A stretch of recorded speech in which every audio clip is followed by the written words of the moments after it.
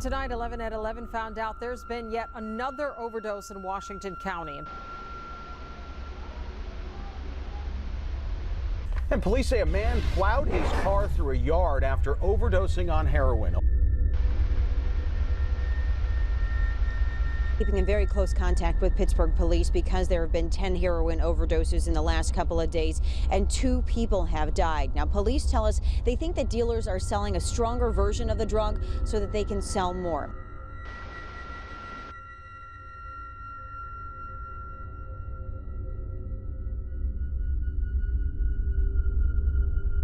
Destroy homes, tear families apart, take your children.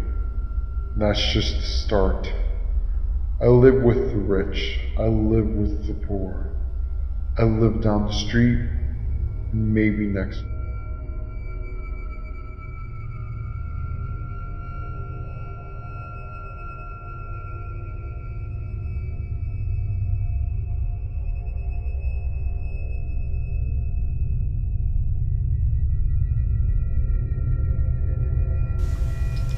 I struggled with a heroin addiction for the past 10 years on and off. It took me multiple rehabs and multiple attempts at detoxes to get it, but I'm finally going on a year clean.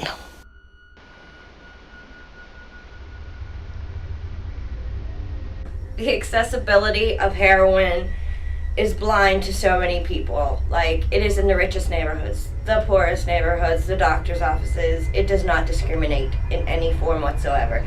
It is called the poor man's drug because no matter where you're at in the status of life, middle class, upper class, it'll take you down the poor.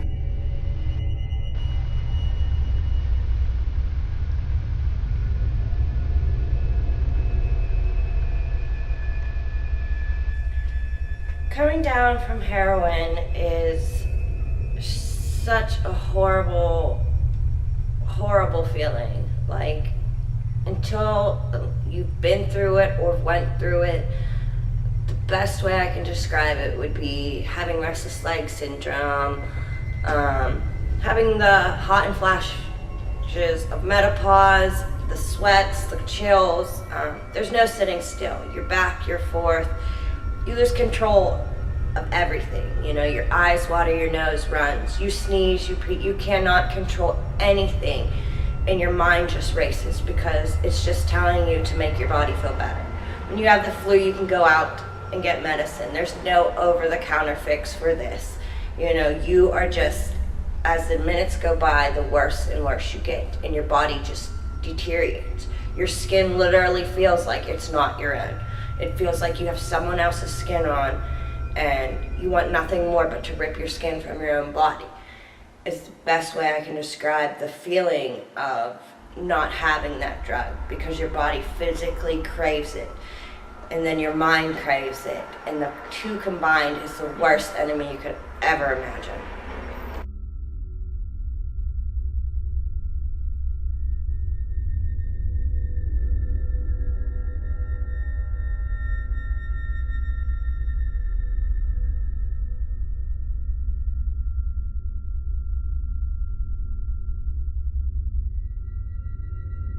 People who are biggest fears of needles end up, you know, shooting it just because that's where it takes you. Didn't you have a fear of needles?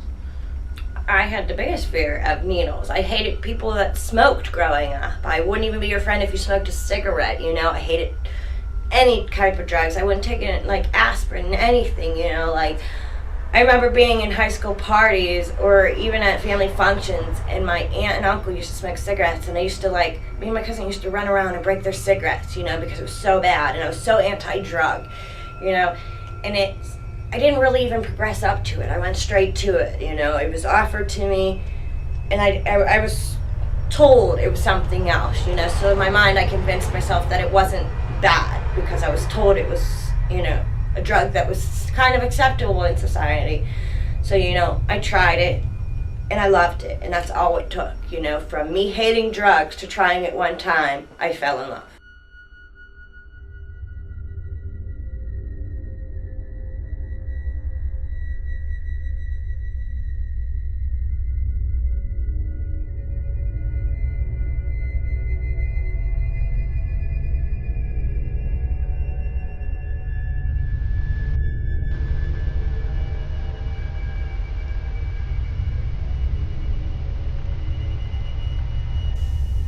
If I could tell teenagers one thing, other than just not do it, would be if you love misery, you love giving your prized possessions to anybody and anything with $1 that'll give it to you, then that's what you're asking for. That's the road you're going to go down.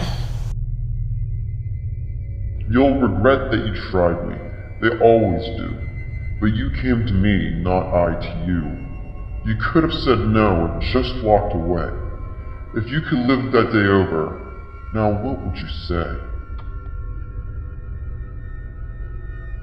If you or someone you know has a problem with heroin or drug addiction, please call 1-888-86-349-236.